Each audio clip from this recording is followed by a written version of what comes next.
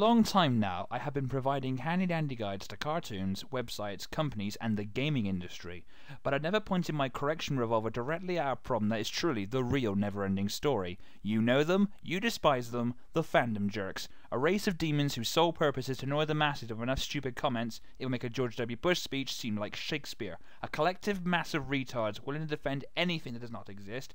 A plague of prepubescent fuckwits that attack in great number if you ever say something like this. Hello, my name is Naruto. I am a fucking douchebag. I take it in the ass every day from my gay lover. The fandoms still haven't learned the compelling argument called criticism, and will not rest until their preteen angst gets them somewhere.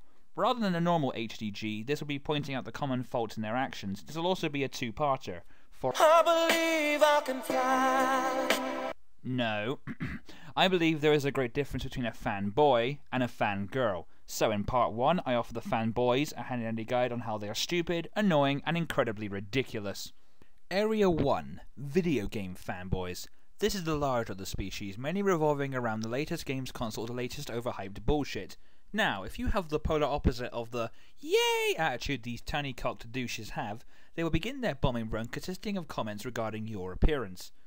So, if they call me stupid, short, hairy, and annoying, to that I would say, stop insulting the Ewoks. The problem is, every single one of these consoles have their faults. For example, the Wii had its 15 minutes of fame, now we'd like some of those games it promised.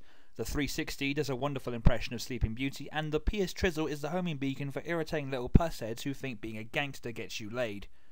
Where we all know the key to getting laid is to not act like a twat. And regarding the overhyped games these numbskulls are in the camp outside a store for, instead of buying the game the next day like any sane person would do, overhyped games are always the games that are the easiest to complete and the ones you instantly forget about a year later.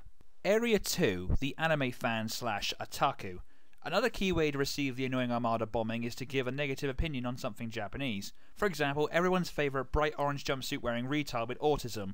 The otaku's kamikaze attacks range from insulting you for being American, thanks I don't have this problem, but the humorous thing about it is they consider anime and cartoons are two different things, when anyone with a brain will know that it's just a Japanese word for animation, which is what a cartoon is. Many people have jumped off the anime fanbase because these no-good Japansies ruin it all with their obsessive delusional fixations with Naruto, which is about the same as Chris Crocker's unhealthy fixation with trailer trash. She's a human!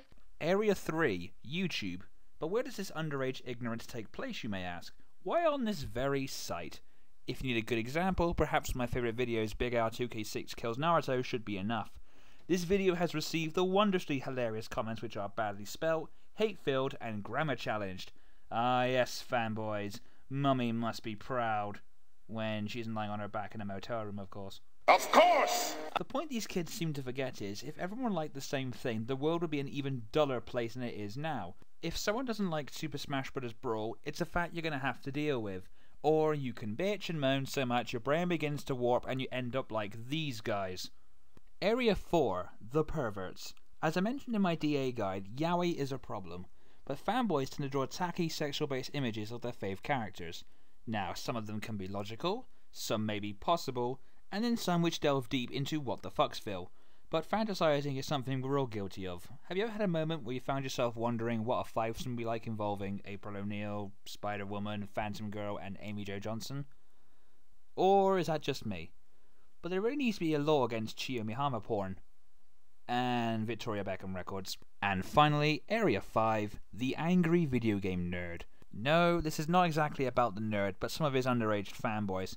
I am a fan of the nerd, but what I find a bit bizarre is his fans are easy to jump on the "you're a rip-off" bandwagon on anyone who happens to review anything from the 80s and 90s.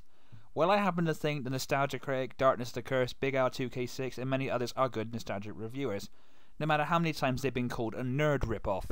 These fans are so easy to offend, all you have to do is, well, say this. Hello, my name is Chris Bors. This is the end of part 1. Join me next time for the fangirls' well-needed grilling.